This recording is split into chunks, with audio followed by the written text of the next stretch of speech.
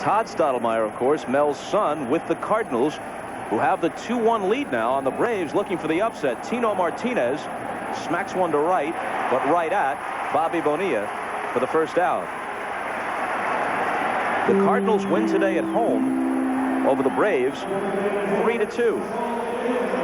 So if the 2-1 leads are extended and the clubs in front go on to win their respective league championship series, we'd have a reprise of the 1964 World Series, the Cardinals and the Yankees. On the other hand, if the Orioles and Cardinals met, you'd have the Audubon Society World Series. Birds of different feathers. College football scores for your entertainment and information.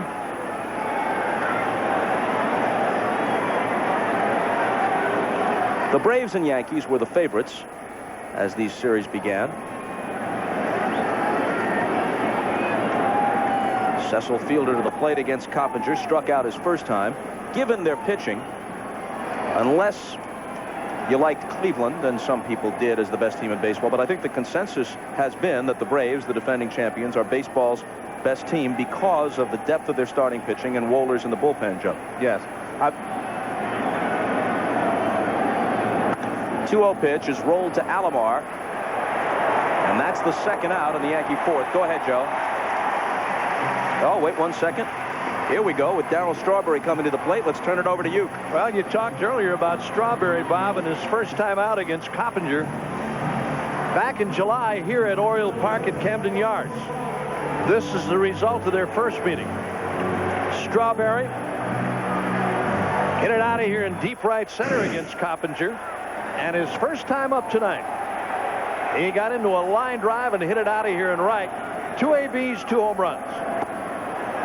Let's see how Coppinger fares this time. Back to the Braves, Joe. Well, I have felt all year that neither the Cleveland Indians nor the Atlanta Braves were as good a teams as they were last year. I thought because Cleveland made the trade they made in the middle of the season that they weakened themselves a little bit. And I thought with the loss of Dave Justice that the Braves were just not quite as strong. Because you put a guy like Justice in there with McGriff, Chipper Jones, Klesko, he can carry you for a week or two at a time. And that really helps you in the postseason, as we saw last year. Dangerous 2-0 pitch for Coppinger. But he throws it by Strawberry. Well, the Cardinals didn't have an impressive record in winning the National League Central compared to the other playoff teams, but they arrived in the postseason playing very well. Swept San Diego, weren't discouraged by a tough opening defeat against the Braves. They've come back to win the next two.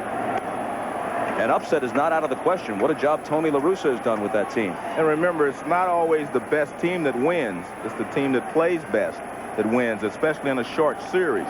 Because anybody can win a short series if they have a couple of pretty good pitchers and a good starting lineup. And everyone that's in the playoffs have those qualities.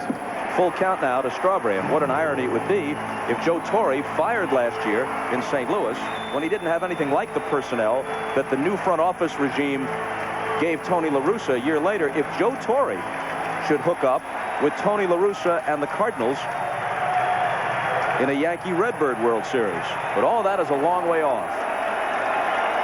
3-2 pitch. We'll do it again. Well, I want to tell you, Coppinger again in the 90s. He's throwing some heat tonight. Strawberry's sitting.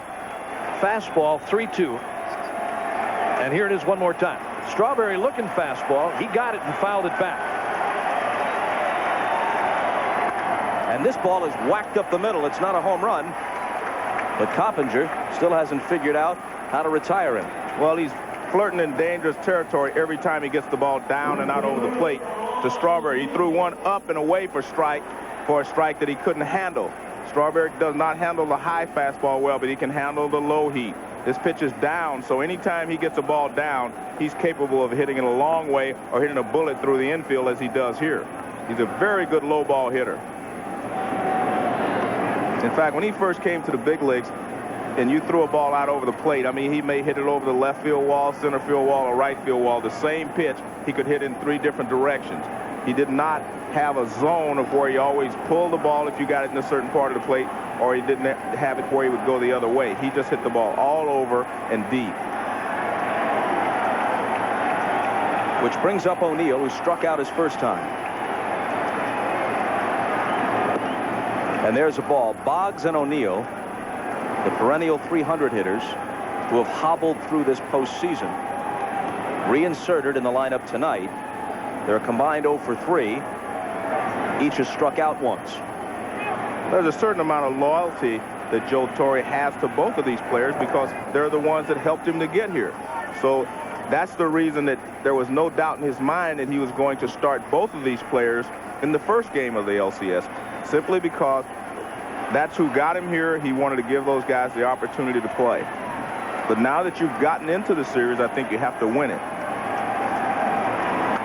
1-0 pitch fouled off. The first 2 games of the World Series, and the last 2, if it goes that far, 4 out of the 7 will be in the American League Park. But both of these clubs would have decisions to make in the National League Park without the DH. You remember Cleveland last year played Eddie Murray at first base in Atlanta. They wouldn't be able to do that with Rafael Palmeiro in their lineup, the Orioles, with Eddie Murray this time around. So without the DH, what happens with Strawberry? What happens with Fielder? What happens with Eddie Murray if it's the Orioles? At least for those 3 middle games in the National League Park, Atlanta or St. Louis. You take a look at that last fastball. Again, Coppinger really trying to stay inside on O'Neill. He really missed inside. O'Neill trying to get out of the way. Watch him back out of the way and then limp. Watch him limp as this thing moves on. He'll limp across the plate. Watch the end of this play. There's the inside fastball. Now watch O'Neill. Watch O'Neill. He's limping. He's limping badly. That left leg is really hurt. You know, you get to a certain point in this game too, Joe, or in the series, and talking about loyalty and everything else, that goes so far. Right. But when guys are really hurting and they're not doing anything for you, and their liabilities sometimes defensively, then you have to start thinking the other way. The 2-1 pitch hit in the air to left center field and hit very well. Devereaux's going back, but this one is gone. That'll cure that limp right there. He doesn't have to sprint around the bases. And he's not limping, Bob. Look. Well, you know, when you touch one off, it improves your stride. It gives you a great home run trot, I'll tell you that. Opposite field home run for O'Neill, the 3rd Yankee homer of the night. And they're up 5-2. Well, they tried to pitch him inside. Now watch where this pitch is. Out over the plate. That's why he was able to get to it. You know, they pitched him inside. He was having problems with it. You get the ball out over the plate, and he can handle it. Good hitting there. Boy, and a happy Yankee bench and a happy Paul O'Neill. Waiting a long time for that one. Well, Coppinger had worked a 1-2-3 third, and he got the first 2 men in this inning. In fact, he had retired 7 in a row, make it 8 in a row, before giving up a single to Strawberry, and then the homer to O'Neill with 2 outs in this inning. Now Duncan smacks one to dead center. Brady Anderson on the run. This one bounces over the fence for a double. Teeing off on Coppinger in the 4th. Well, one thing that happens is when you're a fastball pitcher and you lose about 6 inches on your fastball, then they can catch up with you. And remember now, he's going through the order for the 3rd time. Right there's a fastball for Duncan. This is his 2nd time through the order, I should say. And Duncan drills it to straightaway center field. Brady Anderson was playing in shallow. The ball bounces over the fence. But Duncan has always been a good first ball, fastball hitter. And he gets a fastball right there and drills it to center field.